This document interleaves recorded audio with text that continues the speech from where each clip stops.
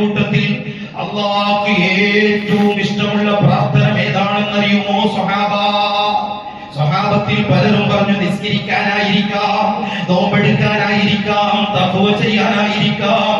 പക്ഷേ അല്ലാഹുവിന്റെ റസൂൽ പറഞ്ഞു ഇല്ല, അതൊന്നുമല്ല.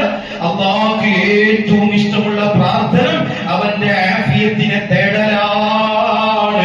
സയ്യിദുനാ മുഹമ്മദുർ റസൂലുള്ളാഹ് ആരോഗ്യത്തിനെ തേടല.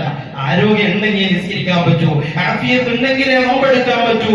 എന്ത് സൽക്കർമ്മം ചെയ്യണോ ശരീരത്തിന് ആഫിയത്ത് വേണോ.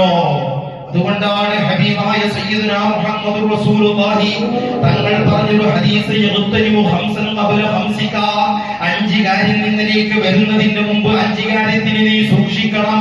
അതിൽ വ്യക്തമായി പറയുന്നൊരു ഹദീസാണ് വസിഹതിക ഖബല സഖമിക. ആഫിയത്തുള്ളപ്പോൾ നല്ലോണം നിസ്കരിക്കണം, ആഫിയത്തുള്ളപ്പോൾ നല്ലോണം ഇബാദത്ത് ചെയ്യണം.